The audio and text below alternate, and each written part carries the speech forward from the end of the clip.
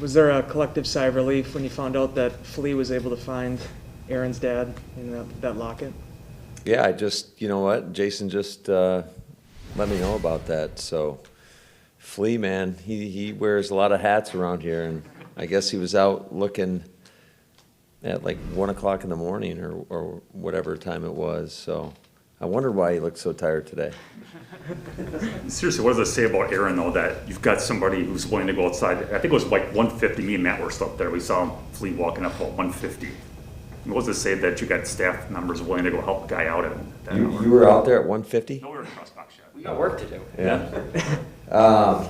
No, it says a lot about Aaron Jones, but I think it also says a lot about Flea and what kind of guy he is, and he means so much to us. Both of those guys do, and obviously, I think Aaron being in this stadium and for the first time without his father that was a pretty big deal, and for him to go out there and perform and have 4 touchdowns, and I think that was a pretty big moment for him. Matt, what'd you think of some of the stuff you got on special teams from Corey and also Kylan on that return?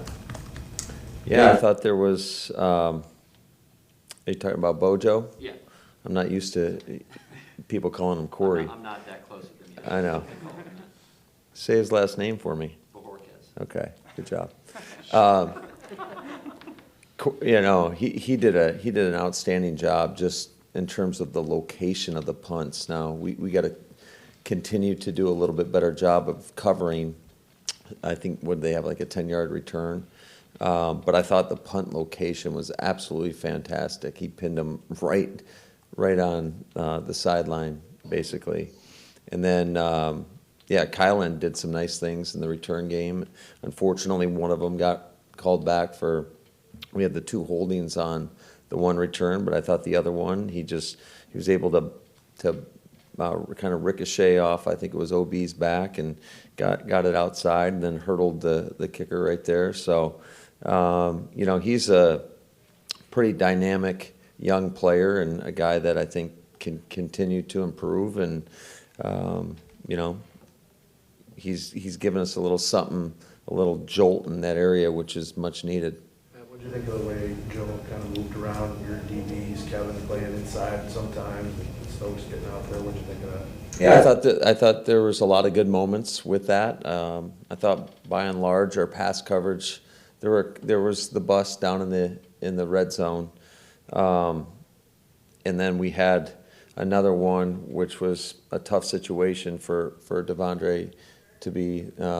We were really in quarters where we could fall off as the corner there to help kind of not put our outside line our linebacker in a one-on-one situation with Hawkinson that we could have covered a little bit better. And then the other pass plays were either they're just holes in the coverage in terms of, you can't stop every concept, right? So there's certain concepts that offenses are going to run that they're going to get completions on. But I thought the only other big play was an off-schedule play where, we definitely need our pass rush to show up. They got to be working together. The coverage has got to work with the rush and vice versa. And when you don't get one of those, it's usually not a good thing for the defense. Touchdown to Cephas. King was lined up on him inside, and they ran a little. Is Kevin supposed to follow him to the corner, or is Stokes supposed to pick him up? Yeah, no, he is. I will say, we're never going to make excuses. Certainly, I thought Kevin, especially when he played inside, he hadn't been doing it very long, and so there's definitely some teachable moments. And some things that we definitely have to clean up. But I thought by and large, when he was inside, I thought he did a really good job. I thought Stokes coming in on the outside, he competed and had multiple pass breakups. So I thought it was overall just everything that went on there, putting Kevin inside was good for us. Hey, man, right before that play, King and Savage are signaling to each other, Yeah. It looked like your communication was okay. What was it, wrong communication or? I don't want to say it was wrong communication. So there's different versions of that coverage that we play that are that have different rules when you're in the field versus down in the red zone. And so I just think it was one of those deals where you just obviously we got to work it more and put our guys through those situations more so we don't have that, because you can't give up uncontested catches like that where a guy's wide open. Matter of fact, if you look at the play, they were working the right side of the field, and he came all the way back across. That route concept that they hit on that was for zero blitz. I mean, it's not a quarters beater. It should be dead when we're playing that type of coverage down there. And so, but again, you know, if you have more of a rush, then he doesn't get to go all the way backside, because we did a really nice job on the front side. It's just, you know, you got to have everybody on the same page so you don't give up those cheap ones. Speaking of the rush, it seems like you had a lot more of it in the second half. Was that guys just winning battles more often, or was that, you know, schematically to get that accomplished? I think it was a byproduct of many things. Of number one, getting them into more predictable situations where it's more drop back passing game. I think early on when you saw Jared having a lot of time in the pocket, a lot of those were play passes. And, you know, when you're running the football well, it opens up the play action game, and that's why he had so much time. We got to make sure that when they do play action, we have to transition into a pass rush after playing the run. But generally, a lot of teams like to play pass because it typically gives your quarterback a little bit more time to you know, work through your progressions. It just slows down the rush. But when you get up on a team, now they're in drop back mode. And so that's why it's so important, I think, for us. You know, every team loves playing from a nice lead, because then it makes the opposing offense one-dimensional. It's different when you are in the lead and you can pass rush that way. So every defensive coordinator we've had come in here, when they first get here, they tell us how aggressive they're going to be. I'm wondering, in Joe's case, is he, where are you guys at philosophically in terms of blitzing? You told us about the conversation last night, but where do you guys kind of fall on the idea of using that frequently, not frequently? I think it's so dependent upon who you're playing, the circumstances of the game, the situation. Certainly that's something that we're always looking at. You know, obviously when you're not getting there with 4 early on in the first half, again, I think it was a byproduct of most of their passing attempts were the play action game, and they're going to be max protection. So when you're rushing 4 and they got 6 in protection, you know, you're hoping that whoever has the one-on-one can win, but it just definitely makes it more challenging on a pass rush versus if a team's in a drop back mode when you have just your 5 offensive linemen, and you know there's at least 2 one-on-ones there.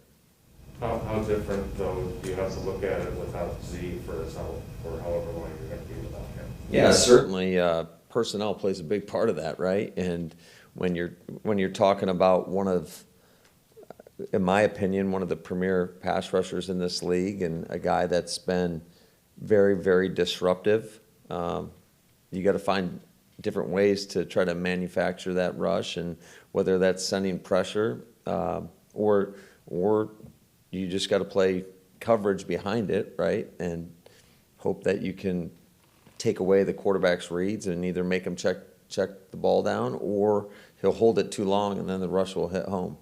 Yeah, we saw, you know, Randall get involved in one series a little bit. Are you still trying to find ways to weave him and Amari, you know, into packages? Yeah, I think, again, it's a game-by-game basis, how we use those guys, and I've got to do a better job of trying to get both of those guys probably a little bit more involved earlier. Amari didn't even play a snap on offense. So, you know, we did dress 7 receivers, so it's definitely challenging to get all those guys in, especially when we want to be not solely 11 personnel, where we want to mix in some some 21 or 12 personnel, and sometimes we have 2 halfbacks in the game. So that limits some of those opportunities. But again, it's kind of a game-by-game basis. But those 2 guys are an important part of our football team, and we'd like to get them a little bit more involved. The D-line you guys have coming up with the 49ers, how comfortable are you with your O-line after watching the game back last night? Yeah, I thought our line competed hard and for the most part did a pretty good job. There were a couple instances where we gave up that 1 sack late in the game where we didn't quite get out to the free safety that was coming off the edge. Our left guard was definitely getting held on the play, but it is what it is. You got to find a way. And so, and then, you know, there was I think 2 other sacks. But I thought by and large the O-line did a pretty nice job throughout the course of the night. Certainly this week presents a new set of challenges when you're talking about one of the premier defensive lines in all of football. They've got multiple guys that can get to the quarterback. So, we'll look at it and try to find the best way to where we feel that to go attack this defense, who's it's a really good defense. What did you think of your left guard last night? Was that just concussion related for Lucas, that change, or is that something else in play there? Yeah, I mean, it's gonna be a competitive situation throughout, but yeah, absolutely. Runyon practiced all week, and we felt comfortable with him. We thought it was probably best for Lucas long term as well to only use him if absolutely necessary, just to kind of let him rest another week. I mean, he did get some reps on our PAT field goal, but for the most part, yeah, we decided to go with Runyon early in the week, and we'll look at it on a week-to-week basis. We're always trying to get the best 5 out there. With Matt, with the rookies Myers and Newman, did you see anything that stood out just in terms of sort of game 1 to game 2 progress for young guys like that? Yeah, I thought both those guys played better. I know Royce got dinged with that holding call, but those guys will continue to develop. They'll continue to get better. The more reps that they get, and there's nothing like game reps. So I thought both those guys played pretty well. You talked about playing from ahead. What is your philosophy on defer versus taking the ball? Obviously, it's great to have the ball to start the second half. But and are you considering maybe being more aggressive and putting your offense out there first if you have the chance? Well, you do know the Detroit Lions won the toss and took the ball. Okay. I just want to make sure. But Rogers talked about it last night too, and I'm just wondering if that would maybe help your defense a little bit if you can get your guys out there first. Yeah, that's something that we talk about before every game. Like, what do we think is going to be the best for us to, go win the football game? And that's whether it's deferring or taking the ball. I would say traditionally most teams defer. That's what I don't think. I think every time we've won the toss here, we've deferred. So, but that is something that we talk about prior to every game. Matt, was not keeping Sternberger more of a numbers problem, or did you guys just need to move on from him to feel like he could do better somewhere else? Yeah, it's always a tough decision, right? Whenever you have, a competitive room like that, and it was just one of those deals where we appreciate everything Jace has done, and it was a tough decision. All right, let's go to Zoom. Sarah, go ahead. Yep, go ahead, Steve McCarty. Just wondering first what challenges 49ers offense is going to present for your defense. What sticks out about them on the dome offensively? And also, Sullivan got shaken up the last couple minutes of the game. Was any update there? Yeah, I think Sully's going to be okay. But to answer your question about the Niners offense, first and foremost, I think that not only Kyle, but Mike McDaniel and the rest of that offensive staff there, I think I've got as much respect for those guys as anybody in the game. They do a great job of finding holes in your defense and really exploiting those. So I think it's going to be a great challenge for us. I think you look at their personnel. I think their offensive line is really strong. One of the better offensive lines in the game. They come off the ball. They really run off the ball and do a great job with their combination blocks. I think you look at Kittle. Obviously, he's one of, if not the best in the game, all-around tight end. Just brings a lot of energy, a lot of juice. I know they're going to try to get him the ball. They got playmakers on the perimeter. We all know what Deebo Samuel can do. I think Jimmy looks like he's playing at a really high level right now. He's letting it rip, and we got to see that firsthand watching the Detroit defense and him kind of, picking them apart pretty well. And then I think you add in the element of Trey Lance and just what he can bring from a run game component, and shoot, he can throw the heck out of the ball as well. It's going to be a great challenge. I know that they're hurting a little bit with their running back situation, but shoot, the old man Bobby Turner always finds a great runner and seems to get them to perform at a really high level. Aaron Naylor. Coach, what did you think of the job that Wendell, Kirk, and Mike did filling in for Jerry Montgomery, and how is Jerry doing? Yeah, Jerry feels great, and hopefully he'll be back here with us. He's still going through the protocol, but I thought those guys did a nice job. I think there was a little bit of an adjustment. Certainly, we made some necessary adjustments at halftime, and I think that that kind of showed in the second half. And last one, Ryan Wood. And Matt, Aaron talked after the game last night about simplifying things in the offense, especially in the crease. And I'm curious, when you saw the film of the Saints game, why was it that you felt that was important? How much do you think that helped with the timing and rhythm of the passing last night? Yeah, I think, again, every game's your kid's soccer game there.